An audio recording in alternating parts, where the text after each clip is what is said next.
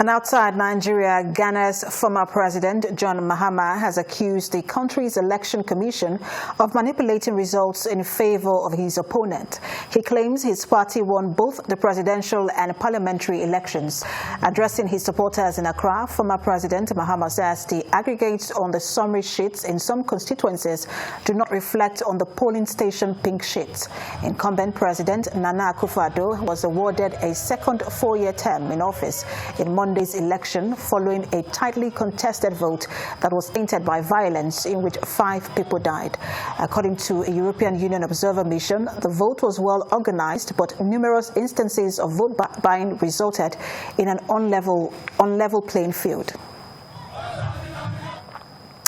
And joining me via phone is an African affairs analyst, Ademola Oshodi. Good to have you join us, Ademola Oshodi.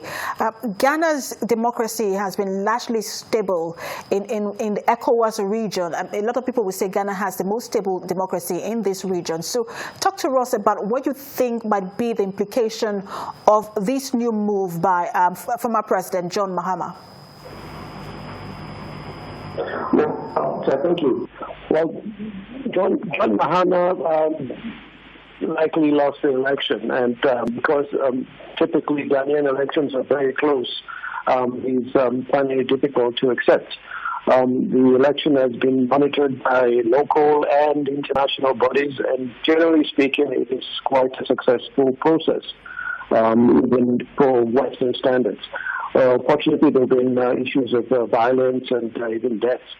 But the Ghanaian election has generally been seen as quite a transparent and well executed process. The electorates are used to this tight margins. This is not even the tightest election margin in Ghanaian history. With that, so all right. So according to the police force in Ghana, like you just rightly said, they said that about 60 incidences of election violence were recorded, in which about 19 persons were injured and 5 people died. Is it that we cannot organize elections in West Africa or even Africa without recording election violence? Well, it is rather an unfortunate incident of election.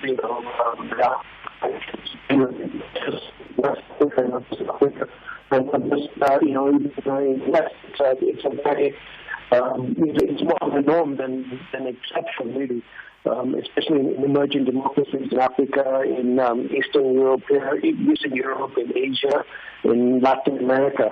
What we expect as analysts is to ensure that the process is generally free and fair, transparent, and the incidences are quite minimal.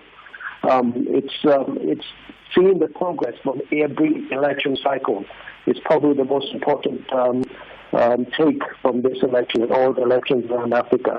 So it's not that the election itself being added. It's many times it's things that lead to the elections, the conditions before the elections. Are there strong strong institutions, the security agencies, the media, the politicians are ready to accept and ensure they have the right message that will ensure that the people don't go out and promote violence. So it's conditions before and during the election. But overall, the Kenyan election is good. This is compared to 2008, which I mentioned earlier, where it was even closer. The gentleman, Akufo-Addo also contested with the NDP, the New Patriotic Party, and he lost then. So now he's winning again. Everything that has been basically attributed to the Ghanaian consciousness. If you look at also at the Ghanaian... Ademola Oshodi, I'm afraid we do have to leave it there. Like you said, it is quite important that we see the progress in every election cycle, so we'll continue to monitor how things progress in Ghana. African Affairs analyst Ademola Oshodi, thanks for talking to us.